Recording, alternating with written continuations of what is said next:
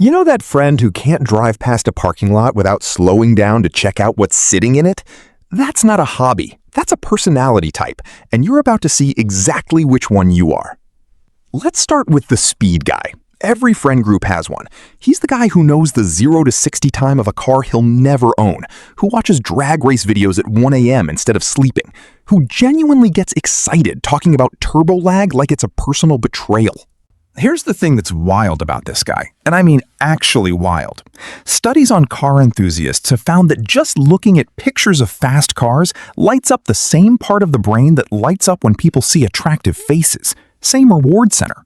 So when your buddy says he's in love with his Civic, he's not exaggerating for effect. His brain is doing the exact same thing it does when he sees someone he's into. That's not a joke. That's neuroscience, and it explains why this guy will spend $4,000 on an exhaust system before he spends $400 on new furniture. Then you've got the off-road guy, and he's a completely different animal. This is the person whose truck has more mud on it than paint, who talks about the trail the way other people talk about church, who owns more recovery gear than most people own kitchen appliances. What drives this guy isn't speed, it's control in chaos. He wants to be somewhere that a normal car can't go, somewhere GPS gives up, somewhere the vehicle either gets him through or he's sleeping in it tonight.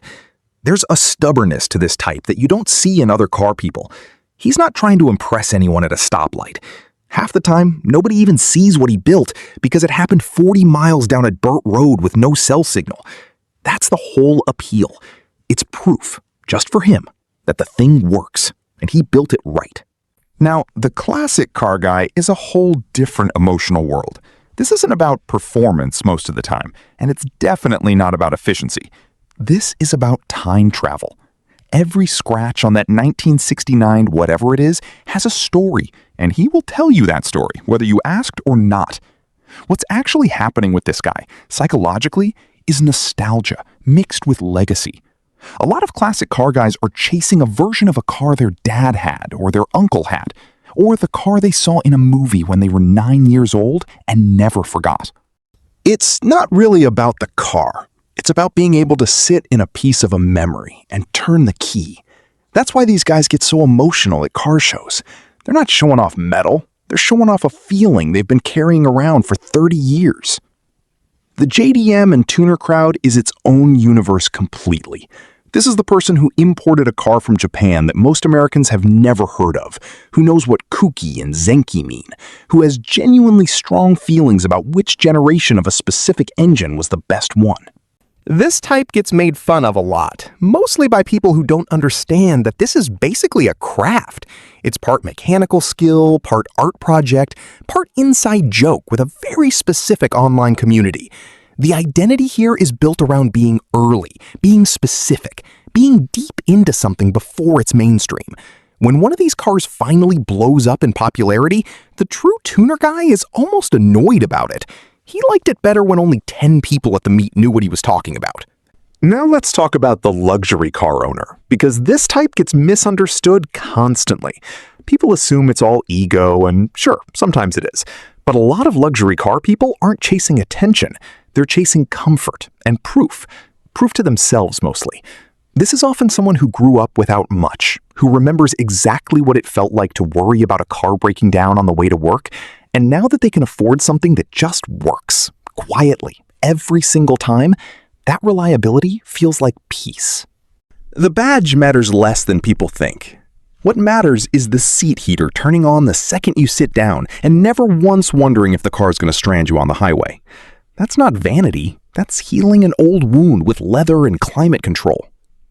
Then there's the EV driver, who honestly might be the most polarizing car person alive right now. This type gets teased constantly, gets asked, but how far can it really go at every single family dinner, and yet keeps buying these cars anyway, because something about it just clicks for them. Part of it is genuinely caring about the planet, sure, but there's also a control thing happening here too. Different from the off-road guy's version of control. This is about optimizing, watching the energy numbers, planning the charge stops like a small puzzle, feeling like you outsmarted the gas station entirely. EV people love telling you the last time they filled up with gas like it's a prison release date. It's not really about the car being electric. It's about the satisfaction of running something more efficiently than everyone around them. Now, the minivan parent doesn't get nearly enough credit in this conversation, and that's honestly unfair. This is the person who used to drive something fast, something loud, something with 0 cup holders, and now drives a vehicle built entirely around other people's comfort. The stereo isn't tuned for bass anymore, it's tuned for hearing a kid in the 3rd row over a meltdown. This type has quietly made one of the biggest identity shifts of any car person on this list, trading their own image for someone else's needs. And most of them will tell you they don't even miss the old car. What drives this person is invisible to everyone except their own family. Nobody's clapping for the guy who remembered to bring snacks and still made it to soccer practice on time, but that guy deserves it more than half the people showing off at car meets. The truck guy deserves his own section too, and not the stereotype version, the real one.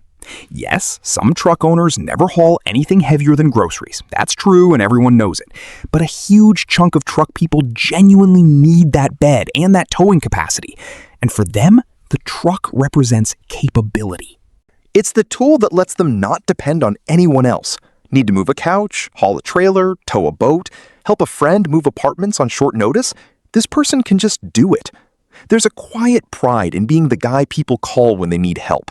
And the truck is what makes that possible. It's less about the vehicle and more about being useful. Now, the flipper is a personality type people don't talk about enough. But if you've spent any time on Craigslist or Facebook Marketplace, you know exactly who this is. This person buys a car cheap, fixes 1 or 2 things, cleans it up, and sells it for a profit. Then does it again next month. This isn't really about loving any specific car. It's about the puzzle of finding value nobody else saw. It's a hustle wrapped in a hobby. What drives this type is the win, not the wheels. The car is just the vehicle, pun intended, for proving they can spot something worth more than its price tag. Then there's the detailer, the person who spends their entire Saturday washing a car that's already clean. This type gets mocked online constantly, but there's something almost meditative happening here. For a lot of these people, detailing is the only hour of the week where their brain actually goes quiet. No phone notifications, no email, just water and soap, and a very specific process they've perfected over years.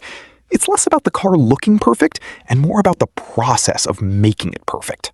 That hour in the driveway is basically therapy that happens to leave your paint looking amazing. And finally, you've got the person who genuinely does not care about cars at all, who just wants something reliable that gets them from point A to point B without drama. Every friend group has this person too, and honestly, this type is the control group for everyone else on this list. They remind the rest of us that a car really is just a machine to some people, and that's completely fine. But even this person has a tell. Ask them what they'd buy if money wasn't a factor, and watch how fast the answer comes out. Turns out almost nobody is completely immune to this stuff. Here's what's actually interesting when you put all these types side by side. None of this is really about cars. The speed guy is chasing a feeling, the classic car guy is chasing a memory, the EV driver is chasing control, the truck guy is chasing usefulness, the minivan parent is chasing someone else's happiness, the flipper is chasing a win, and the detailer is chasing quiet. The car is just the container. Whatever you're driving right now, and however you feel about it, is basically a mirror of something you're chasing in your actual life, and most people never even notice that's what's happening. If any of these hit a little too close to home, you can back the channel by buying me a coffee through the link in the description. It genuinely helps keep these videos coming.